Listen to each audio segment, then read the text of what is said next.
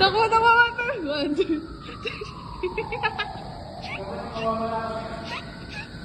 Gago, dulas.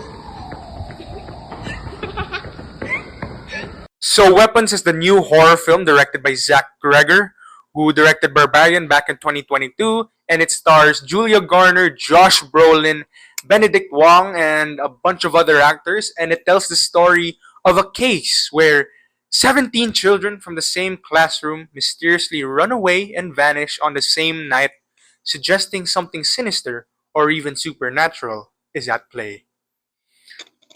Now, when it comes to Barbarian, I watched Barbarian when it first released. It released on Hulu, so it released on Disney Plus here in the Philippines, and I was able to watch it. And I like Barbarian. A lot of people loved Barbarian. Like a lot of people said it was one of the best films of 2022, one of the best horror films of the 2020s. And I don't hate that notion. Me personally, I didn't love Barbarian as much as others did. I think I really enjoyed it. I really liked it. There are things I love about it, but I think towards the third act, I it kind of falls apart a little bit for me. It's not a bad movie. I still really like Barbarian. But when it comes to weapons, when I heard about this, when I watched trailers, and I heard it was from the same director of Barbarian, I had pretty high expectations. I was pretty excited for this. I was excited to what he would bring to the table, and it's such an interesting concept too, an interesting story. So I couldn't help but pay attention to the movie leading up to its release. So yeah, I had pretty high expectations, and I'm gonna say this right now, right off the bat. I really like Weapons. I think this is a step up from Barbarian. I like this much more than Barbarian. I think there are a lot of things to unpack here. I'll try to make this review as quick and as precise as possible and as concise as possible. But yeah, I really enjoyed Weapons. I think one of the things I absolutely loved about this movie that Zach Kreger himself actually explored in Barbarian was telling the story, exploring the stories of these different characters. You know, like I don't want to use this phrase because it's so common, but for the sake of this review, I'm gonna say it as common as it is.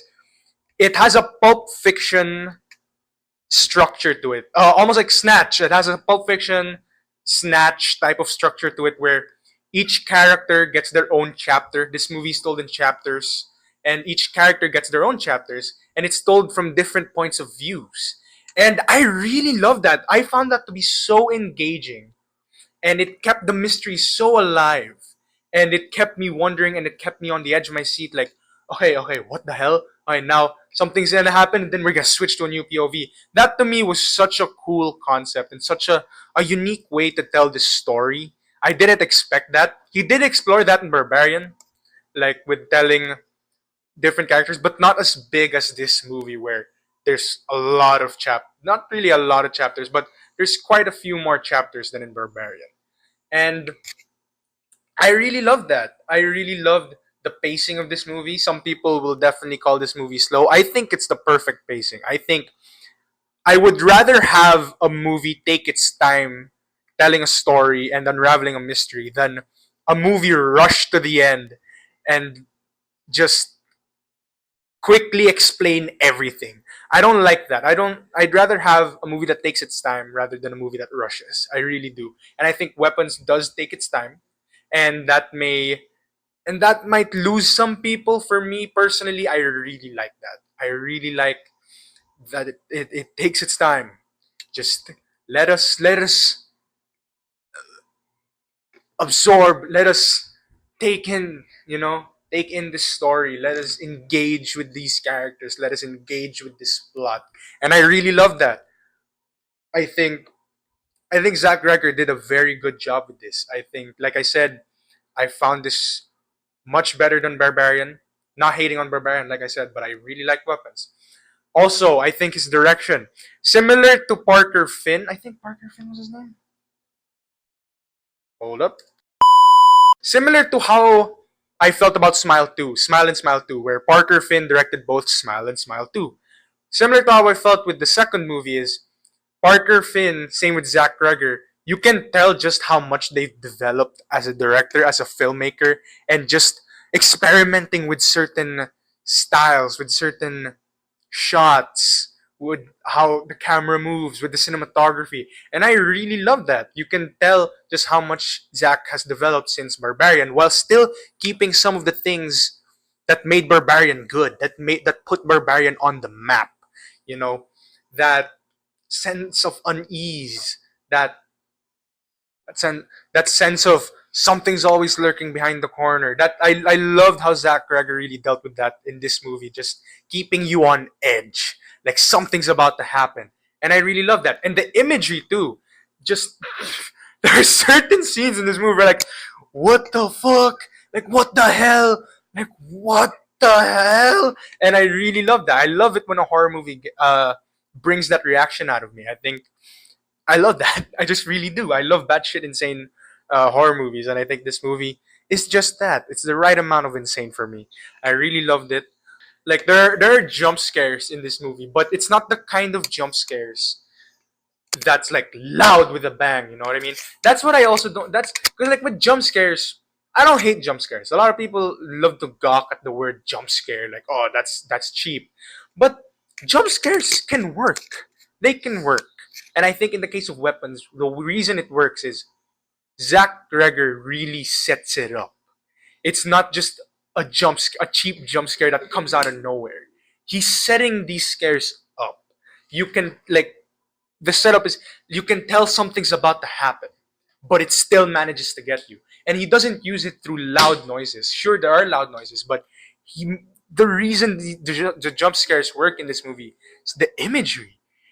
There was a certain jump scare in this movie which got me because like holy shit, it got ingrained in my brain. I was like, what the fuck was that?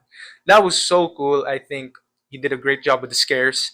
I think just the overall atmosphere of this movie, just the overall look too. The cinematography is gorgeous. It's fantastic.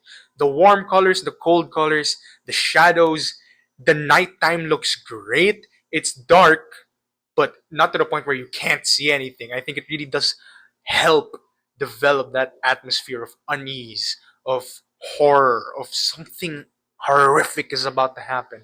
And I really, really love that. Excuse my voice, my throat kind of hurts. So sorry. And what I also love about the camera work in this movie is there are certain chase scenes, car chase scenes in this movie. And one of the things I loved about these car chases is the way Zach Kreger and his DP Larkin Larkin Seipel, I'm sorry if I butcher your name. The way they film these car chases is they put it at a certain point of view. Like they just put the camera at a car and it's basically a tracking shot of the chase scene at certain points. And I really love that.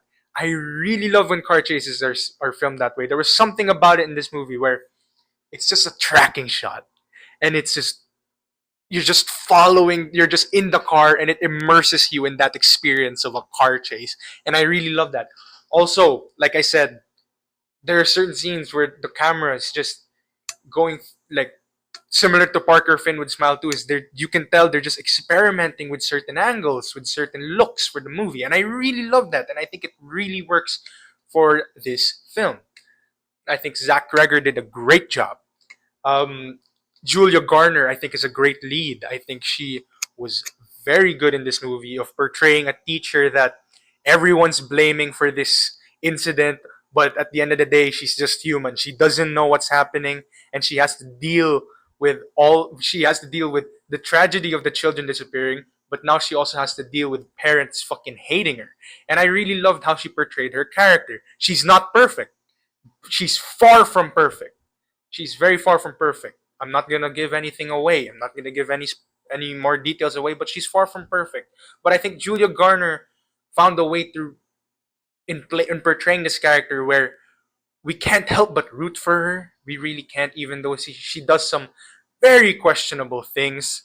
Um, Josh Brolin, I think, is amazing as the dad, as one of the parents who lost their children, and I really love this performance. I think he did a great job at the dramatic scenes, at just getting pissed at certain points, and you really get invested in this character as he's trying to investigate what really happened.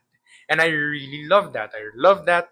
Alden Ehrenreich as a cop, I think did a great job too. But I think the standout for me, uh, the the the performance I really want to give my flowers to is Carrie Christopher, who plays Alex, one of the children characters in this movie. I think he did an amazing job. Between this 28 years later and Bring Her Back, we've had a great year for child performances. Child performances in horror, especially. It's wild. Like over the years too, I think child performances, are just child actors are amazing. Like they have constantly proven that they have the chops. And I think Carrie Christopher as Alex did a great job in this movie. I really liked his portrayal, and yeah, I'm not gonna give away any more details. Okay, I'm sorry.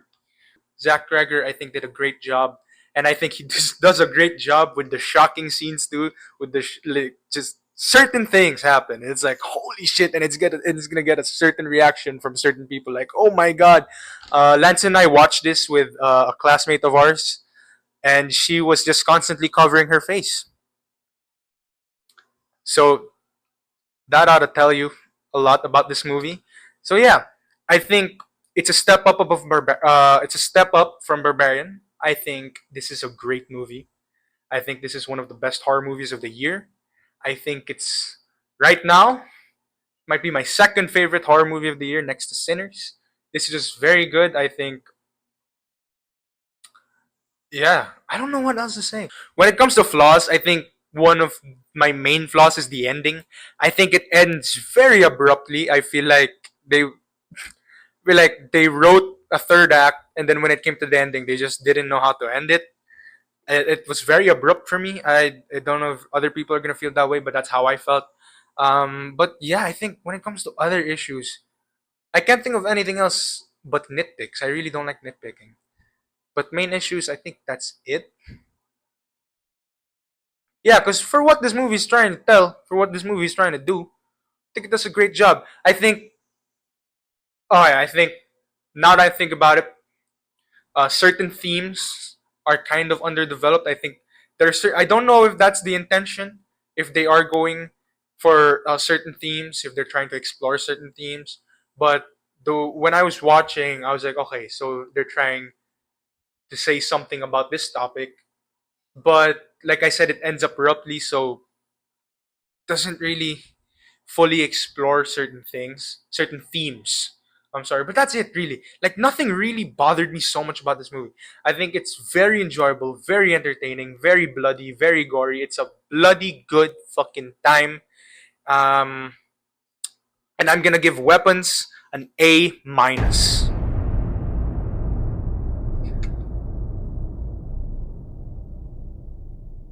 Like I said, I enjoyed this more than Barbarian. Like I like Barbarian, but I think Weapons is a much more well conceived film than Barbarian. Barbarian's still a good movie, don't get me wrong. But yeah, that's my review of Weapons. And here is a mini review from the people I watched this movie with and their grades. Enjoy. How was the movie? Ba't ikaw yung sasagot? Ano may tanong? Yeah, how's the movie? I covered my eyes half of the movie, guys. Legit. Bro, whenever I looked at her, yung popcorn na so ganun. So like, she said it wasn't that scary, but like, I think that's a lie. that's a lie. I think it's cap. Hindi na yun scary. The movie had like a lot of build-up, guys. Slow movie. Oh, wait. Maganda yung ano, per part, merong POV each person. Yeah. Like, very nice. Oh. Yung may POV. POV. Per. Nanood ba to? Each chapter, the way the movie is. Yeah, that shit. Rinig kaya, what will you give Weapons? Grade.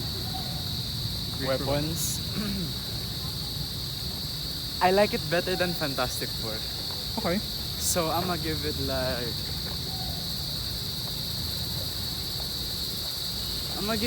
a B plus. B plus? B plus. I'm also there between B plus to A minus.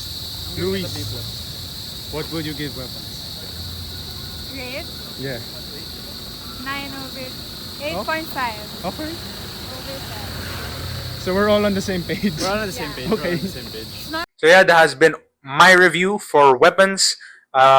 If you like this video, please like, please subscribe, please continue to support the channel, or please start supporting the channel. Please, we need views. We need views. We really do need views, and we need more subscribers. Thank you, and I'll see you in the next one. Bye bye.